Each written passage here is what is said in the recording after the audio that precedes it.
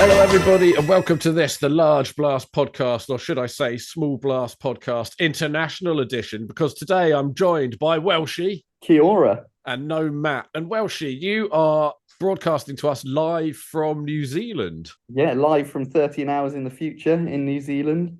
If you've been following our YouTube shorts, you'll have seen I am getting super nerdy in all of the Lord of the Rings film locations, painting Lord of the Rings Warhammer. So it's been a dream out here. That's right. I particularly liked the video of everyone having fun on a boat and it sort of pans around and you're just doing some painting. Yeah, that was probably the most difficult place I've painted. And if I'm completely honest, did paint for about 3 minutes before I put everything back in the box just to get that video clip. But yeah, there were a lot of very attractive people sunbathing on the boat, and I was hunched over, Gollum style. No time for sunbathing. It's time for Warhammer. Exactly. Yeah. So, but yeah, dry brushing was the only thing I could manage in a lot of the hot countries on the way down here. But the weather in New Zealand is much better for painting Warhammer. So there's some videos coming up for fans of Lord of the Rings of the Dimholt Road. I think that came out today. I've got a video with Bilbo at Hobbiton, which was amazing. Some Eomer stuff, loads of geeky, nerdy Lord of the Rings stuff on our shorts. So check them out if you haven't seen. So, what have you been up to hobby-wise? Have you managed to get any hobby done? Have you on any? I mean, recently I haven't done so much painting. I've kind of been doing that as I go. So I've had a little break from painting, just trying to get these videos produced and out. I've been going to a few shops. I'm here in Auckland at the moment. So I've been to, there's not actually like a central Games Workshop in Auckland, which is mad. There's one like slightly in the suburbs. You know, normally they're like they're never right in the middle of town. But this one's kind of like an hour and a half walk from town, which is odd. Well, last time we spoke to you, you were in, where was it? I was in Perth, I think, and there were loads Perth. of Games Workshops. That seemed to be mostly made up of Games Workshops, and now Yeah, it's sparse Games Workshops in New Zealand. yeah. I went to a shop called Vagabond Games, which actually they've got a lot of really well stocked secondary retailers actually around New Zealand, is what I've noticed. Even like a toy shop. So I went to like a industrial estate giant toy store called Toy World, and I went in there, and I've got to be honest, I spent quite a bit of money. I bought the entirety of the Siege of Terror in paperback form because they had like this massive black library collection for books that are just really hard to get your hands on back in the UK. So I bought like all 8 of the Siege of Terror books because they were just way cheaper than I could get them at home. Crikey. And then I've kind of now realized I've got to pay for an extra bag on the flight to bring them back. So I'm not really paying anything. You're going to have to ditch some of your clothes, or like I don't know if you were planning on if you've been bringing back gifts for loved ones, sack that shit right off. It's time to repack that bag full of Black Library books. Well, now I've been in New Zealand so long, I'm basically a naturist. So, you know, I won't be wearing any clothes home anyway. Clothes in exchange for Siege of Terror, I reckon. What about you, Stoney? What have you been up to? Just making Trench Crusade stuff mostly. That's been my big thing, my new thing. I'm all about the Trench Crusade. If you haven't checked it out, check it out. That. Sorry, because just summarize that quickly because you posted your model and I'll put it on our Instagram soon. Mm-hmm. It looks super cool, really dark. But what is the kind of basis for the game? It's not 40k linked, is it? I'm glad you asked, Welshy, what Trench Crusade is, because Trench Crusade is basically like it's an alternative history. Is the sort of lore of it, where it's basically like in the Templars' time, they are supposed to have like opened a gateway to hell. And basically all the kind of like all the kind of other sort of beats in the rest of our time hit the same. Like they had the Black Plague and stuff, only that was basically caused by their version of Nurgle, and some other things. I haven't really like got my head around all the lore yet, because again, like with all these things, there's loads of it, and it's all quite well delivered. Like a lot of the official stuff which you could download from their website for free, the PDFs, a lot of the lore stuff is written like in like a letter or like a diary entry or something. Okay. Do you see what I mean? So it's not like necessarily written like, oh, this guy went and did this or went and did that, because it's this kind of fake history. So they just provide a bit of lore and the rules system, but no models? Or have Oh they no, got a the model? models are done. Well, they Oh, just finished their Kickstarter and they tried. I think they got something like 3 million. or something wow. ridiculous like this. There's been loads of stuff about it recently, but yeah, their model range is getting more and more extensive, like all the time. So can you buy like a starter set for it for people that want to pick it up? I don't know actually. That's a good question. I've never actually I haven't tried to buy any of their models. Yeah. But like you can get the rules and stuff as PDFs from loads of things. I've recently joined like a Facebook group, and they've literally just got all the rules in there, just in the description of the Facebook thing as like PDFs you can download and stuff like that. Basically, where Trench Crusade is it's at World War One in this alternate universe where hell has like overtaken Earth, and there's all this cool like demons and shit fighting each other, and it's like 1/3 of Earth has like fallen to demons and corrupted heretics and stuff. But it's really adult, like we talk about like 40k and stuff being grimdark, but like I mean this is like it's like really is like written for adults, so it's like it's pretty kind of intense, some of the lore, but like I do feel like it's a bit also kind of like it's in danger of being a bit one note over a long period. I feel like it's like, did you ever try to play Doom 3 like when that came out, and it had the flashlight and it was like this almost kind of like horror Doom, and it was really cool, and I remember trying to play it with my mates, but I don't think I've ever completed it, or like none of my mates ever completed it or something, because it was so like kind of became so kind of wearing after a while, the sort of relentlessness. I found that with like all the Doom games. I don't think I've ever like finished any of them, because it's just, as much as I love smashing demons to pieces, I can only do it for so long before I get bored. And that Mick Gordon soundtrack just like destroys your brain after a few hours of playing. Yeah, it's pretty full on. But no, this sounds great. It sounds more like horror fantasy than sci-fi. There's no sci-fi aspect to it then. Not really. It's like all the bullshit that I talk about when I do my Stoney's esoteric bullshit nonsense. It's because it leans into a lot of that sort of stuff. Okay, cool. So it's a bit like imagine if Dan Brown had to write a horror movie about World War One or something, it's kind of like that essentially. But it's also super duper dark. And yeah, it's just really cool, and the models are really cool as well.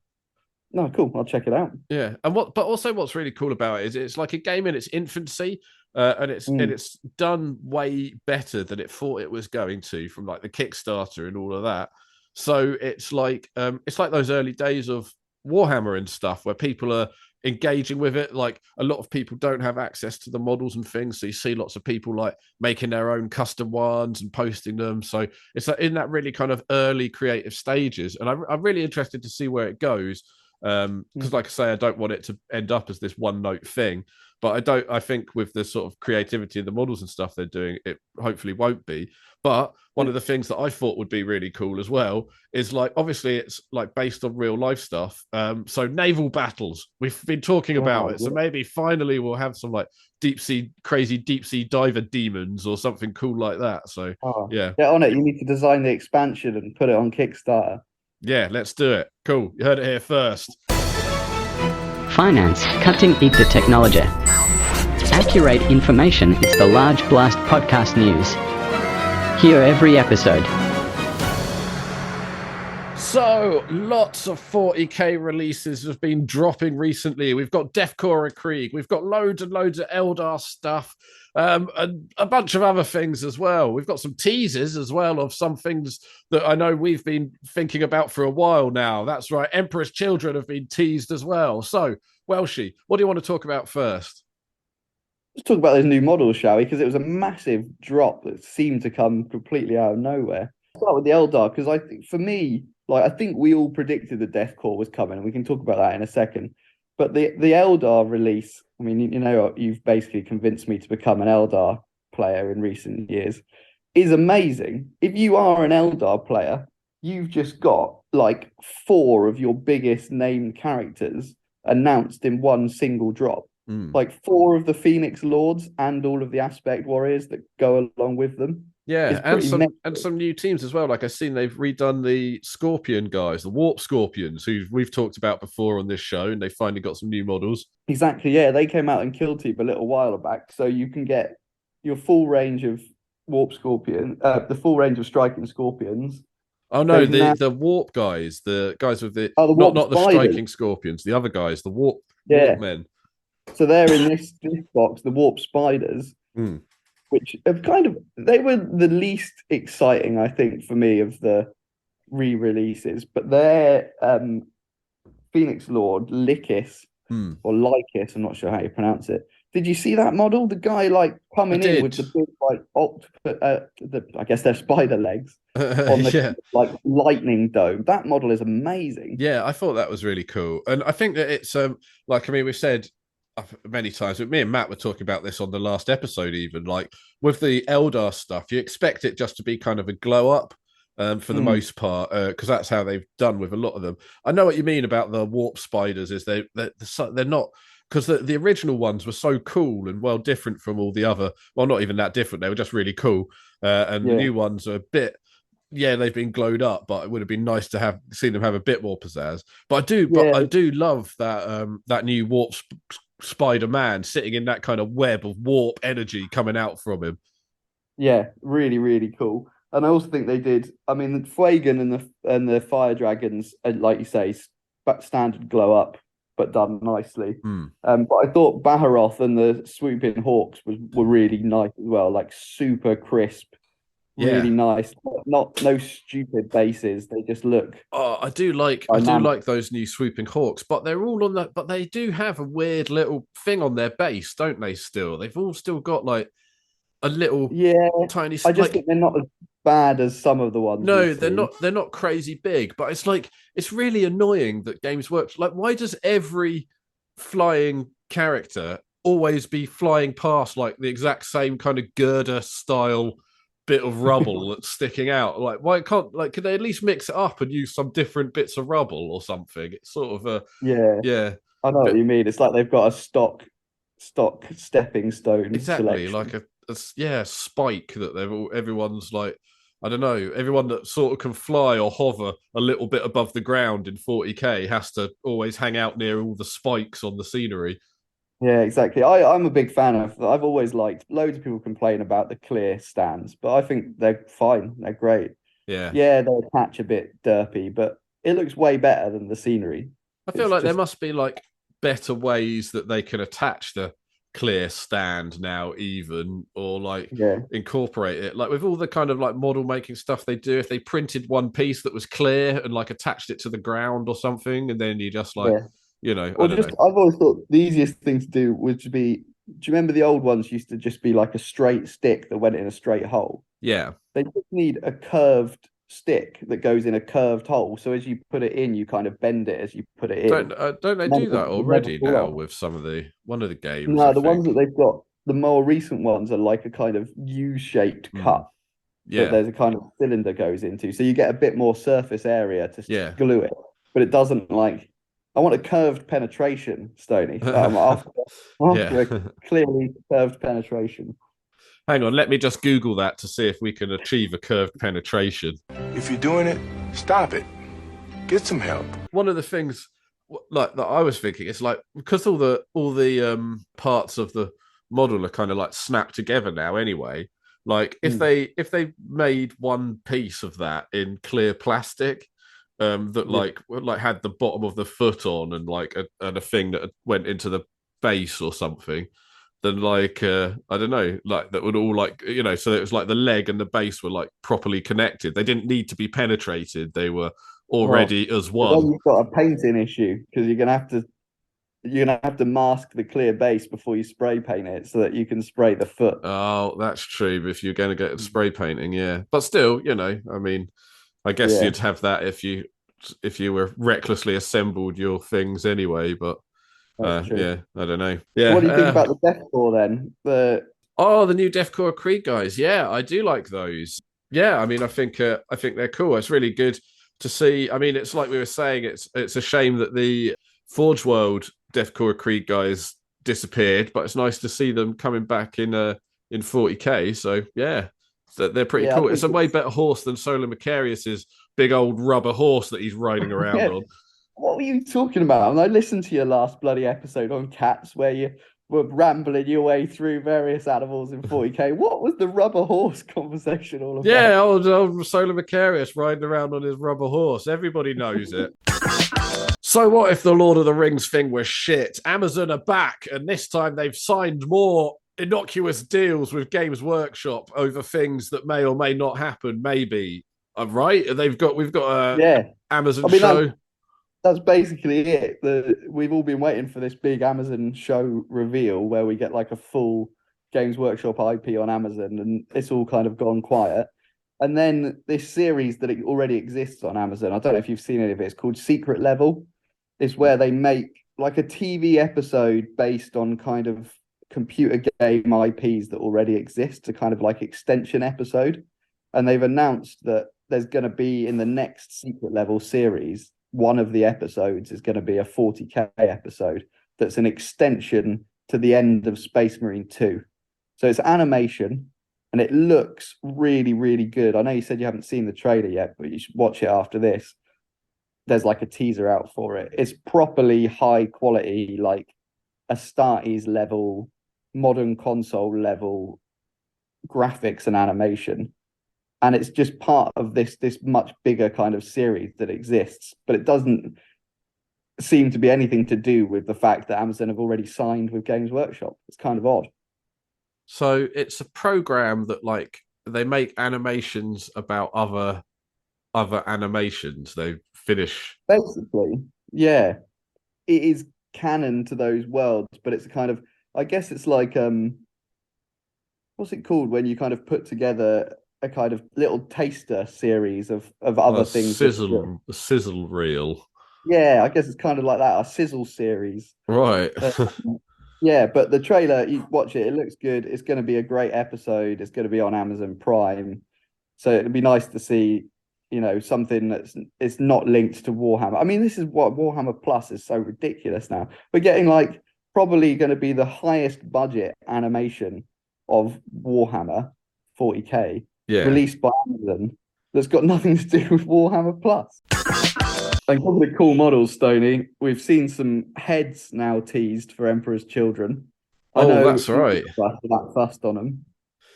Yeah, I mean, it's funny. It's a bit like we were talking about with those warp spiders, where it feels like Warhammer's being toned down a bit. You know, everyone's like, "Oh, turn it up to 11." I feel a bit like some of these new Warhammer designs are operating about a 9.5. You know, on the volume scale in a way. And some of it, I don't know, it looks. We were talking a while ago about how Games Workshop, one of their sort of goals when they make models is to make them like really easy to paint or be paint to be able someone to appreciate painting them when they're at different kind of painting levels, you know. Yeah. And like I really feel like you notice that with some of their more recent designs, like the warp scorpion, warp spiders and stuff like that, where it just kind of like, I don't know, it just feels like there's something missing. They're missing a bit of attitude. They're not the rude dudes with chewed or whatever like that they were in the 90s. I think Kotiad, the crappy new Kotiad is a great example of that. Of the ornamentation on his arm. But I don't know if that is in a way, because that's just shit. Like the Kotiads was just shit. Where it's like, I mean, there's plenty of models where there's like nothing wrong with them. It's a bit like I was talking about with the Khorne Berserkers. Long-time listeners, I'm really pulling back on lots of things I've said in the past now. But like with those new Khorne Berserker models or whatever, where it's like they're fine. Like I've got nothing against them, but like they don't like, or maybe it's just me being a bit more older and jaded or whatever. But like they don't blow me away in the same way. And some of those, I mean, I definitely get that. Looking at one of the 3 heads that they released was no helm, and I looked at it and I thought it's like the base model for the Brain Out Pleasure Lord that you designed, which I love, which is painted on our channel and you can get on Colts 3D. It's like that's how you started sculpting it, and then you went, right, now I need to turn it up to 11. I want to peel the skin off the head, I want to expose the brain, I want like more wires going in. It's like they just, like you say, stopped at like the base sculpt. Here's an Emperor's Children, and before we make it really crazy, we're just going to stop. That's kind of like what it felt like to me. Yeah, I know what you mean. Yeah, I don't know. There's just something about it. They look very smooth and ZBrushy. Although, like, I think partly that's the rendering. That's when they put them out in this like 3D render rather than a physical picture. That doesn't help with that. no, I get that. I do get that, but they just, I don't know. Maybe it's after doing so, like, looking at so many of these new Trench Crusade ones where it's so new and like the stuff they're doing is really ambitious, and like the kind of the translation between the drawing and the model is really well done. The kind of art is really well represented and stuff. And Games Workshop have slightly different challenges with their stuff, which doesn't allow them to maybe be quite as creative as some of these new Trench Crusade things is going on. But something about it just doesn't feel quite right. It hasn't got me excited about the new Emperor's Children release. Let's put it that way. But I'm still glad. I'm going to be glad to see them come out. You got to be careful when you say. You got to be careful when you say I'll be glad to see the Emperor Children come. But I will be.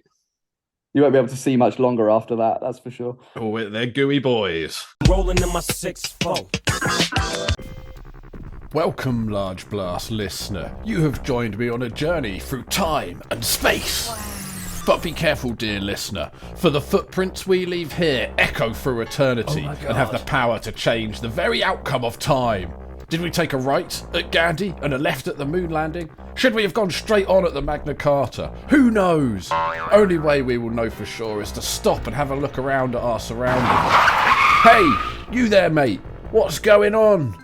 Time has all but stopped as the very essence of the vengeful spirit merges with terror. The angel Sanguinius lies dead and defiled to be strung up as a grisly trophy. The Emperor has renounced the power of the Dark King, and Horus stands above his broken body, ready to strike the killing blow. For rebellion, for pride, for chaos. Oh no, dear listener, it would seem we have ended up in a new universe, a terrifying universe, where the powers of chaos have gouged a victory upon terror. What sights will we see? Well, one thing I can tell you is I've got a feeling that whatever happens, we're going to find out a lot about the book The End and the Death, so I'm suspecting there's going to be spoiler warnings for that bad boy. Let's see what horrors we discover. On this episode, we're going to be examining what would happen if Horus was to have won in the end. Yeah, cool. So, do you want me to just give you a little roundup? If we take it from that point where they're dueling, and actually Horus smashes the Emperor to pieces, should we just have a look where all of the key players are, and then we can work out what happens next? Okay, so where everybody is. So this is fresh after victory, fresh after crushing the Emperor. Where is everybody?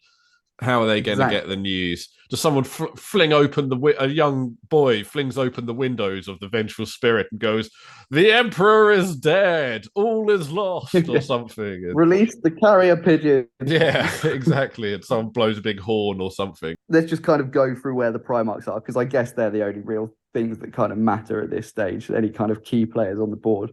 So we obviously got Guilliman. He's on his way to Terra. He's going to arrive with a massive force. He keeps going on about being the hammer to Terra's anvil, but when he gets to Terra, that anvil might be a little bit broken. We got the Lion, who's busy on the other side of How far away is Guilliman? Like, he doesn't arrive for quite a while. Oh, like, right. So he's giving it one of those, I'll be there in 20 minutes kind of, but yeah, you never know when he's going to be there.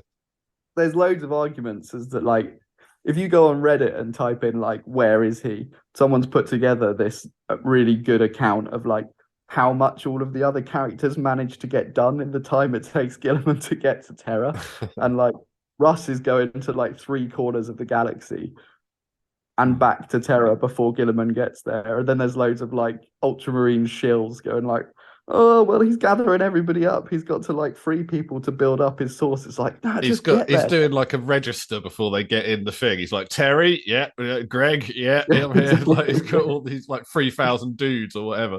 Loses he's count. Making everyone read the codex before they get on the ship. Yeah, I know it's only 20,000 pages. They'll have to do a quick exam before they get on the ship. Yeah, it's nothing like reading The End and the Death volumes 1 to 3. Just read the codex. So that's what Guilliman is. He's on the way. The Lion's kind of on the rate, but he's been told to just destroy as much of the traitor planets as possible. So the Lion's kind of like busy raiding and destroying traitor planets. Then we've got like a quick rundown of the other guys. Perturabo's off having a tantrum because he didn't like the way Horus was fighting the war. So him and Horus have fallen out. Lorgar's on the naughty step for trying to do a coup. So he tries to overthrow Horus, but Horus sends him off to the naughty step. So he's out the picture. Khan's out the picture because Mortarian's fucked him up. Russ is in a coma. Valdor's just kind of off going it alone. He's kind of annoyed that the Emperor's manipulated him for his entire life. How did Russ end up in a coma? What happened there? Did we talk about that on our Russ episode? I don't know if we got to that point, but Horus beats the shit out of him. Oh, okay. In the end of that fight, so Horus gets loads done in this time. He's really busy. Oh yeah, like that bit pre-Emperor fight, he's smashing people all over the place. Kurz is like wanking over like a raw steak somewhere, moaning about being killed. He's getting ready to be killed. Exactly. Yeah, just down thinking about being killed. Alfarius might be dead. Who knows? We've got Fulgrim in an orgy. He just kind of appears in the siege for a bit, then goes back to his orgy. Dawn's really thirsty because he's been trapped in a warp desert for ages, so he's just walking around looking for a drink. Morty's had his head chopped off for now, and so's Ferris. So most of the people are kind of out the picture. So what happened with Dawn? He's been in a desert. Oh yeah, so like when time gets all weird and distorted, when the Vengeful Spirit merges with Terror, Dawn gets thrown into like this timeline that takes, like Inception when they go down the layers, right? And then time gets extended, and he's just been like, it was based in this like red corn desert with corn trying to corrupt him over like millennia, and his like stalwart will not giving in. He's been through some shit. So yeah, that's where everyone is. And we are doing an alternate history where Horus has just killed the Emperor. So I guess we've got to decide what happens next. Well, I mean, it doesn't sound like it would change the fate of a lot of those guys. Yeah, I don't think it will. When I was kind of writing that list earlier of where everyone is, I guess when I thought we were doing this episode, it was going to be like, would the Imperium have a chance to like take it back? Like, is there anything left? But really, I think the answer to that with so many players off the board is no. There's absolutely no way even Guilliman with the full strength of Ultramar would be able to wrestle Terror back from the traitors. Yeah, so Terror would fall to Horus, but like. Okay. But what would that mean? That would just mean all the souls there are no longer protected by the Emperor's light, and that they can now be feasted on by various chaos gods. Yeah, I mean, I guess a lot of it comes down, like if he takes control of Terror, a lot of it is going to come down to how much control does he have over the chaos within him. Well, yeah, definitely. How much well, that's just it, because it almost seems like he's kind of even when he thinks he's beaten the Emperor and stuff, he doesn't really even seem bothered. It's like he's such a shell of a person at this stage that like his free will is so distorted. He's so set, even though he thinks it's his free will, he's so set down this path. What would he do really apart from wrestling inside of him, right? And the last really clear answer we get, without spoiling the very end of the death, which I won't do, is when he's talking to Lorgar. I mean, the reason Lorgar enacts the coup is because Lorgar hates the fact that he hasn't fully given himself over to the gods and is still trying to do his own plan. So I guess it is hinted that at this stage, at the start of the duel, he has some control over what's going on, maybe like Abaddon style. But then I guess over years, Abaddon seems like he's got way more because Horus seems like such a broken broken man, whereas Abaddon does even in the newer stuff feels way more like he's got his own will. It's almost kind of like when Horus, I haven't read the books, but I've read some samples of them for preparation for this kind of thing. It almost seems like it doesn't feel like he really believes anything at the stage when he's there. Like I think that he is beyond saving really at that point. So if he did win, I feel like he'd almost just be kind of like a husk, where he would almost immediately be dethroned by, because he's obviously really big and strong, but he's obviously going to be no politician or anything like that. I don't think he would be able to, like he says, control the chaos within him or even around him. So in that instance, then I guess Terra and this idea of a new imperium that he wanted to build just falls to literal chaos. Like regulation goes, it's like survival of the fittest, like fighting on the streets, demons popping up everywhere. But if he's if he is just a shell and he's a pawn of chaos, then are the chaos gods kind of battling over who gets control of this guy who in theory has control, or do they just take their own pieces of the pie? Weirdly, Horus is such a linchpin to all the story, but sort of weirdly, no one really wants him. That's really the strange thing. It's like, I don't know if any of the Chaos Gods really care to have him, especially at this stage. I mean, obviously he's like a great warrior, but he's just so like jaded. Like, I don't know what the word would be. Like, he's just such a shell of a person or whatever. Like, that almost his soul is so diminished that the chaos don't really want it. Yeah, I think maybe that's right. Like, they don't need him now. They've achieved what they wanted, which is chaos, and from those they can get from the world falling apart their various aspects of what they need in terms of their good. Because I think as much as we talk about chaos like fighting itself and fighting each other and things, they do all have a similar goal. So obviously, if the Emperor being destroyed means that all of them can then pursue their own interests around the universe, then they will kind of work towards that. And none of them need to sort of lay ownership to Horus, really. So, maybe Lorgar was right in a way. Maybe if he had a bit more of a personality and fallen to one of the gods, then he might have had a better time of it if he were to have won. Yeah, I mean, that's an interesting question. Maybe we'll keep that for a random topic in the future. Like, if he'd had to pick which god, which one would he have picked to give himself like full allegiance to?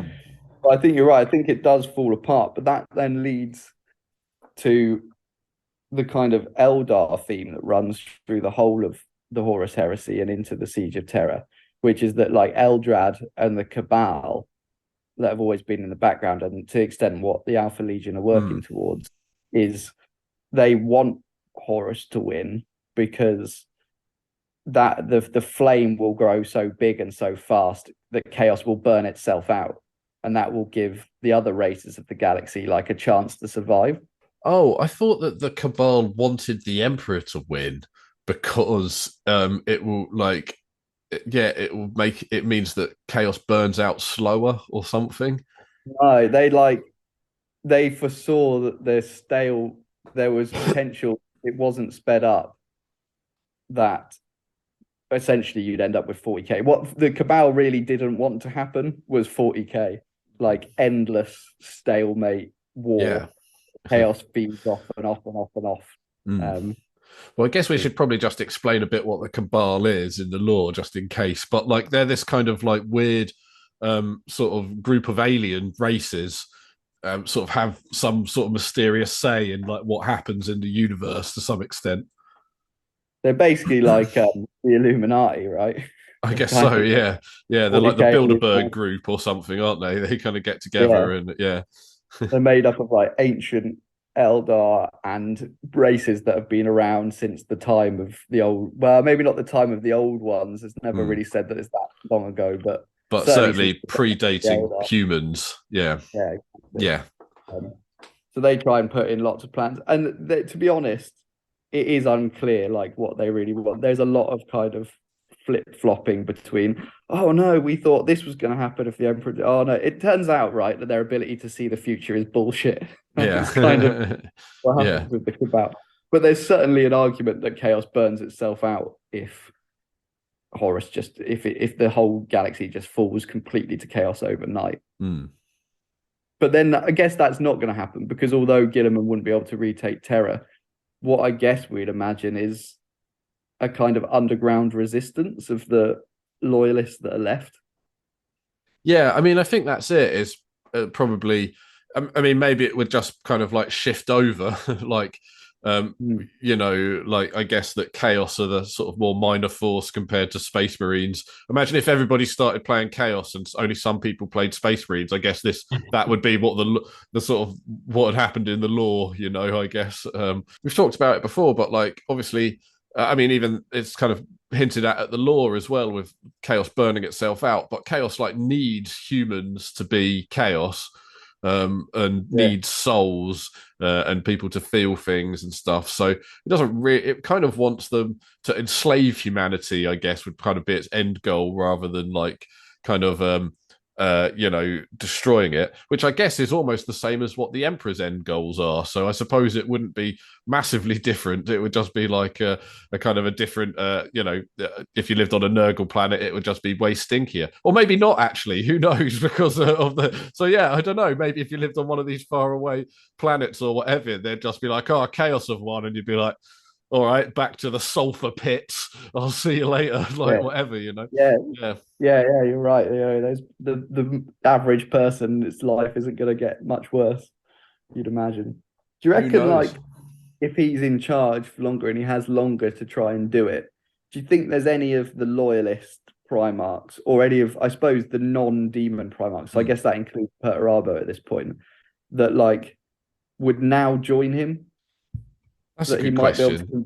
Win people back. I guess that depends on like how he does it, what he does, you know, as a leader. But I do think that there is this element of him being kind of corrupted by power more than anything, where it's kind of like what he really wants is to be, you know, the ruler. He doesn't really have much, you know, but like, why is there any of the End of the Death books where he talks about his policies on like immigration, or like, you know, I don't know, any of the day-to-day? Does he talk about like, oh, this is how the bus times are going to work? There's a whole chapter on the Horus Manifesto. Exactly. You know, I don't know. Does he talk about any of these things that you hear about in the news or whatever, people getting upset about politicians for? Has he got like any of those kind of aspirations, or is it just like Matador's writing all of these like Bank of England statements, being, how are you going to pay for this though? Yeah, exactly. Yeah, he's all like, yeah, it's going to be free Ferraris for everybody, like free ATVs, Invader ATVs for everybody. We're going to have dune buggies, going to race them down the beach, you know, all this kind of cool stuff.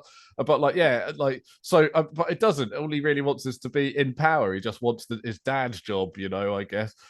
Which is kind of maybe what's corrupted him. But I mean, so I guess if he got to power and like if he managed to fight off all the corruption and was like, hey, you know what? I'm going to get serious about this. I'm going to tackle the Terra's NHS problem. I'm going to tackle and I don't know, like actually, because that's really what people care about, isn't it? Is like, you know, and I guess to a certain extent, that's what the Primarchs and things care about as well, is like how well their kind of imagine they're the MPs and he's the Prime Minister, like how well their constituents are being treated by the guy in charge. So you're saying that if he manages to take power and kick Chaos out, he needs to install Gilliman as his Chancellor and everything will be okay. Yeah, something like that. I mean, he needs an Alistair Campbell style spin doctor or something, I think, maybe. I don't know, but he's definitely got to start playing the politics game, which is something that he never seems to have done. He's a warlord, isn't he? So, yeah. Yeah, well, you're right. We don't see like any of that with him. It's not like if Dawn or Gilliman had taken over, where you could imagine him instigating some kind of rule of law. He's just going to be confused when he takes charge. But then maybe if he's still chaosy, you'd imagine Lorgar's going to come crawling back. Like, how long is Lorgar going to hide from the Chaos Gods? Oh yeah. Hers isn't going to get killed. That assassin will be called off. Oh yeah, that's true. Maybe that'll change him. Maybe he'd become a good guy, because like his whole like bad streak is that he's foreseen his death for so long. and then it doesn't happen. It'd be like, oh, I've got a new life. Of like, yeah, exactly. I could like, oh, I've spent all this time worrying about my death. I forgot to experience life, and he'll start hanging daisy chains on his armor where there used to be skull and bones. Yeah, exactly. Yeah, like a kind of full hippie mode kind of. That'd be Yeah. excellent. Yeah, he loves it. Yeah. Flower power. Perturabo just really pissed off. I think Perturabo would join the Resistance. I'm still really excited to see if they go to the scouring for the next like series, what happens to Perturabo. Yeah, definitely. Because he is the only one on that side that still has like actual control. But it's just, but it's also kind of the only reason why he has total control still is kind of also the reason why he'll never rejoin anybody is because he's so fucking stubborn and he's just like it's like literally kind of willed. He's so strong-willed that he's just like it's like. Have you ever watched that Always Sunny where he's like, I would simply will my cold away or something. If I had the flu, I would simply say, "Flu, be gone." That's basically Perturabo. Is he's kind of like Chaos are trying to get in, and he's like, "No, I will not." Like he just won't let it happen because he's so stubborn. And it's kind of the same reason why he would never join back to the Empire or whatever because he's just like, you know. He'd go to the meeting and he wouldn't like the way they'd the appetizers they'd served at the brunch or whatever, and he'd get a grudge about it. Maybe Valdor, maybe we'll get the Valdor Perturabo team up in this situation where Valdor goes, right, if I'm gonna make a comeback, I need some extra help, and he just goes and says to Perturabo, all those nice things you wanted to build, all your like big architect plans, come and build them with me in my Yellow King City while we prepare for war. Yeah, but you see, I wouldn't even think he'd like that. He's too suspicious. He'd be like, what, I've got to build them in your city? Nah, fuck that. I'm going to build them in my own city with strippers and blackjack. So we're saying that Perturabo is completely unaffected by whatever happens in our alternate reality. I think so. I think that he's just too, I think at this stage, like, he wouldn't join up with anybody, maybe. Yeah. Okay, well, the resistance is pretty thin on the ground now, but we know that Russ and the Khan, although like comatose now, do come back. So if they can be shielded from chaos long enough to come back, we got Russ, Khan, Korax, Gilliman. Yeah. The Lion. What about salamanders? I guess they've got their very small numbers. Yeah, I mean I think that's probably the key is that although we've got these big Primarchs, if they haven't got warriors, there's not much anyone can do about it. No. I kind of forgotten where Mars is at the point that we've taken as our start point for this, but you can imagine the Forge World supply is pretty dead and gone at this point. Yeah, no, it must be. This is the big push, isn't it? So, plus they're probably fighting. They're probably gonna start their own sort of civil war. You would have thought because of the people that obviously were loyal to Horus and weren't. So they've got their own kind of war to deal with as well to a certain extent. So that would have to play out too. Yeah, I guess the other kind of threads that are set up are. I mean, Malkador's going to be burnt to a crisp at this because he's not going to be able to get off the Golden Throne, so he's gone. But he has sent Garrow off to start the Grey Knights, so I don't know what impact that kind of thread will have. But I guess they're only so powerful because they've got 10,000 years to become, read loads of books, learn loads of names. We haven't mentioned Magnus either. So, if we do end up with Husk Horus on the throne of terror, maybe Magnus is the only one who can still think straight and is powerful, actually comes in and kind of pulls the strings, the kind of whispering ear into Horus, and is kind of the real one in control because he's the only one that can actually deal with this level of chaos that's erupting around the galaxy. Oh well, it was it. Well, that's it. But Magnus is. He's compromised, if you ask me. He's compromised as well. He's going down his own. He's the only person that could deal with all this stuff. But has he ever really been able to deal with it? Because he's always been kind of fucked. Are we saying Zinch wins? Is that like, I think so. Yeah. we'll come I to think that conclusion. The other things I was thinking that would have an impact are like the Astronomicon would go out. So I don't know how anybody like navigates anywhere. Everyone's just flying into planets all over the place. Yeah, that's true. So, but then does the Chaos need the Astronomicon to? I've never really understood that. Do they still have navigators? Because the Astronomicon isn't like how you navigate. It's just a fixed point in time and space. And I feel like Chaos is very good at fixed points in time and space. No, I know what you mean. Like they're definitely, you need to be able to like a landmark to sort of be like, oh, turn right at the Astronomicon or whatever, you know. And like, maybe if Chaos is in charge, they just up the amount of psychers that get fed into the battery. I mean, maybe that's just it. Is your whole spaceship's basically just like, it's like Thomas the Tank Engine. It's like a weird beast that you all like climb inside with a face on, and you just go. It's like a taxi, you know. You go in. It's like, where do you want to go? And you're like, take me to Earth. He's like, okay, Skip. And you get in, and he takes you or something. Yeah, that's true. That's true. So I guess what we're saying is, I think we're both coming down on the side that there's nothing left at the end of this. There is no like, I can't foresee like a strategy battle game existing in that universe because there is. Then you need to check out Trench Crusade because it is grim and dark. Are you getting paid by them? But no. So I think that there'd just be like huge kind of civil wars and stuff. In terms of like that, there'd be this. I think that Horus taking the Golden Throne or taking the leadership position wouldn't last very long. I really do think that he wouldn't be able to maintain power because he's got nothing that he wants to do with it. At least if like Fulgrim or somebody became, the ruler of Earth, then at least everyone would be doing the weird poo and sex orgy that we did in the book or whatever. You know, where everyone played Gladiator 2. Have you seen Gladiator 2 yet? No, and I'm a bit upset that it exists because isn't it about the Gladiator's one son? Isn't that the plot of Gladiator 2? Well, what's that about? He got made into a gladiator as well, and that, like, I don't know, man. That seems like a weird. You got to watch it for Denzel, man. Denzel's so good at it. But the two emperors in that are the two like mental emperors that lose their minds and just like.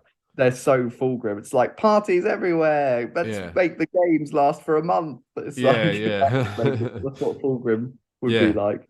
Well, that's it. He'd be exactly. So you'd have Fulgrim there, Gladiator 2ing it up in there or whatever. But at least he's got a point. Like I feel like I don't know if Horus did. Although I do sometimes wonder, like what's his name? Horus Luperical. That's his name, right? I just feel a bit like that could have been like. That must have been probably on like Luther Vandross's list of stage names that he just didn't, he was like, no, put that in the maybes. Horus Luperical. Dodging the rent, but the rent never stops. So let's say that Horus is this broken shell where he doesn't really have any plan or any power and is just a kind of man sat there on the throne. Out of the Chaos Gods, who do you think would win if they had to fight it out in this imperiumless empire? Oh, well, I mean, in the lore, Teach has always typically been supposed to be the strongest of the Chaos Gods. So I think maybe in a straight fight he would win. He's always the one that's tricking the other ones as well because they're always doing this thing called the Great Game, the Chaos Gods, where they're basically it's a bit like they're all roommates and they're constantly playing pranks on each other. And sometimes the pranks get a bit out of hand and they really piss off one of the other Chaos Gods or whatever, and they get into a bit of fisticuffs. But in general, the Great Game is always going on, and the Chaos Gods don't sort of see that kind of war with each other as anything nearly as like important as the war against man or anyone else. Really, it's just this kind of thing that's going on. It's just always happening. So they're never really like that. Fear the other gods that much, but that wasn't always the case.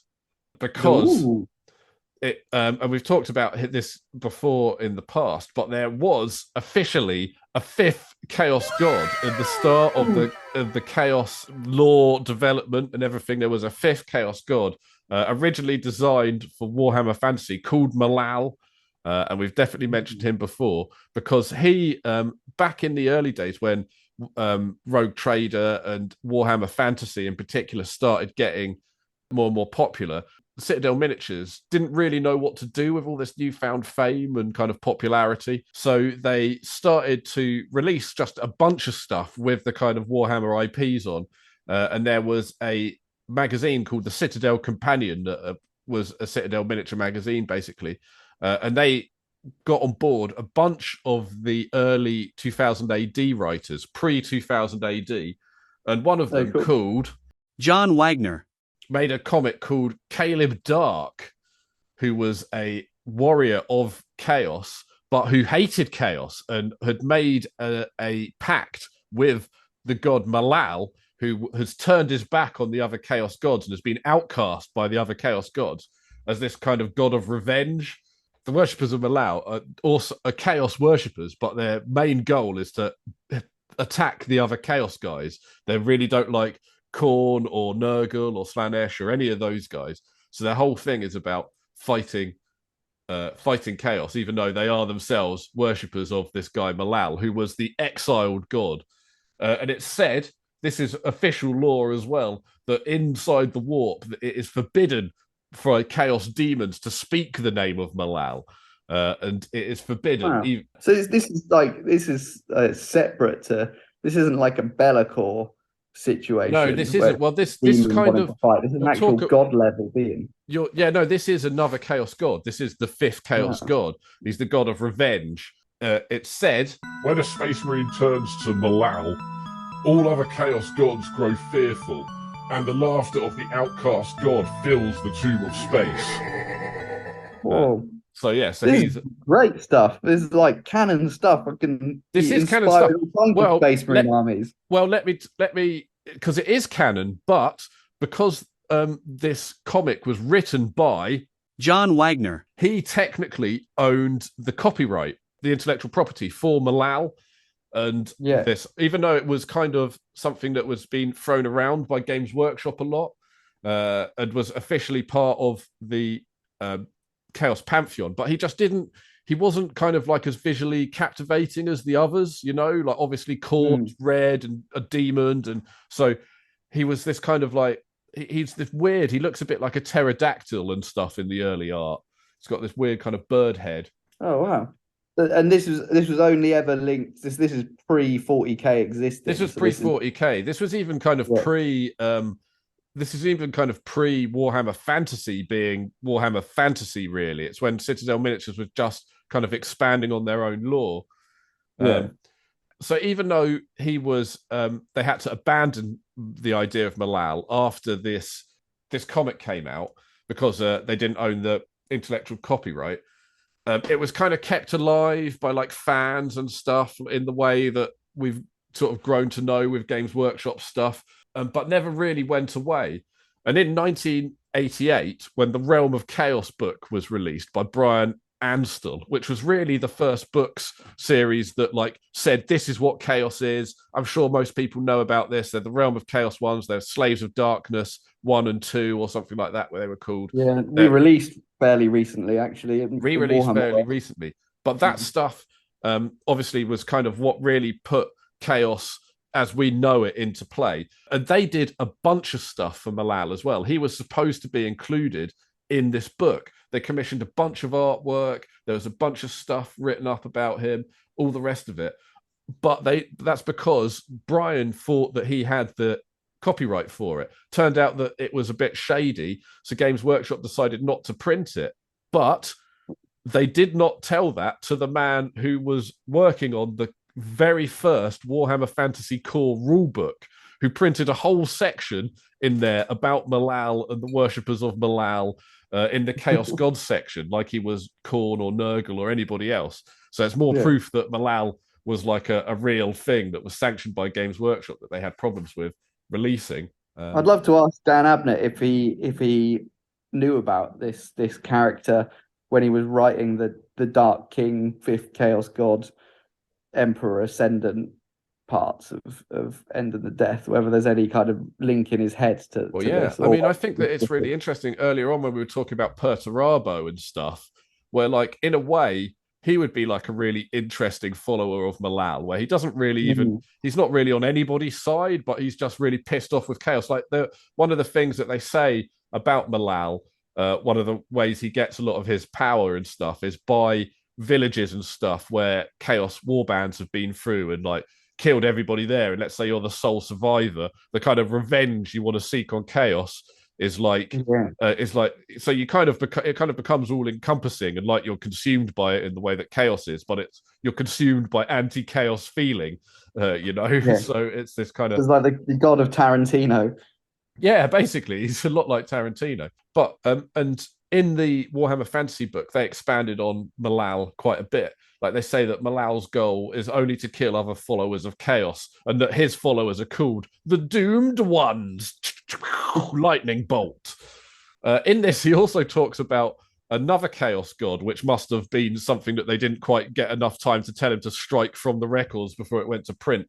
Another chaos god called Aracanta, who is the god of law and is basically like a big dragon thing. And the lore of Aracanta is really interesting because it basically becomes the lore of the Void Dragon, where they trap it inside a planet, and it's massive. It's a big dragon. All the pictures for it is of a big dragon and stuff. So that's quite interesting where that might have come from potentially.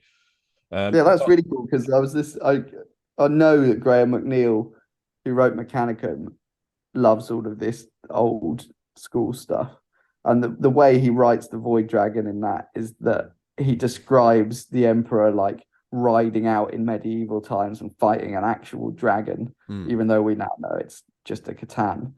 But like that's interesting. I wonder whether or another chaos god of law. So who knows? So but it also kind of lends a bit of credence to Matt's idea of the Emperor being the god of order or something, something that isn't it's quite as like tangible as being the god of anger or smelling bad. Maybe the Legion of the Damned. What if the Legion of the Damned are followers of this guy? They've got nothing to do with the Emperor. That's a really good point. They're doomed ones, aren't they? That's a good idea. Yeah. They got as far as they literally designed lesser and greater demon artwork for him for potential model ranges. They're all kind of, they had this weird kind of pterodactyl kind of dinosaur-y look to them in that classic rogue trader kind of way. But he just continued to appear. Malal just continued to, back in the loosey-goosey early days of Games Workshop, where they just forgot to tell people not to use some things or have everything planned out. He appeared in some Black Library books. He appeared in some card games and some minor games that Games Workshop released. And he's appeared much less in 40k, but he has been rebranded as Malice, which is probably a way of reusing him and reusing the idea whilst also getting round the copyright. Because I've definitely heard a very similar word. It's very similar. But there's been some worshippers of Malice have appeared as like paint schemes in things. They've appeared in a few Black Library short stories. Lots of some of the war gear for the Demon Army is names of weapons from the Caleb Dark books, stuff like that. So there's all these real subtle nods to the fact that he exists. And what's really interesting is that it wasn't something that wasn't used because people didn't think it was a good idea. It actually sounded like a lot of the people that made that early lore really wanted to use Malice, and like he almost really nearly made it into print in the original. He's like that member of the Beatles that left just before they got famous. He's like he's that guy that's like he's always around and been in the lore, but like he's just, due to kind of legal issues, they were never really able to expand on him. But it wasn't because they didn't want to. And I think we've talked so many times about this idea of a grey area in chaos and how interesting it would be. So I'd like to see him come back. Yeah, Perturabo come back as a follower of Malice, I think would be fucking cool as shit. I guess you're saying that maybe that is the winner, like unseen underdog in our future is that there's going to be a hell of a lot of people that now know about chaos that didn't know about chaos before and want their and fucking revenge hate on it. chaos. Exactly. Yeah. So I think Oh, if any of them, if there was ever a chaos god that was going to beat the other chaos gods, then it would be Malice. And what are his policies? That's what we've got to ask ourselves. No chaos. He's running on a very strong anti-chaos platform. He's a one policy candidate, but still, I feel that puts him leaps and bounds ahead of Horus. So, and his R&B, it sounds more like he wants an R&B style career than he wants a politics. Well, you didn't see that coming, listeners. There we are. The answer to all of your questions. What happens if Horus wins? A god you've never heard of.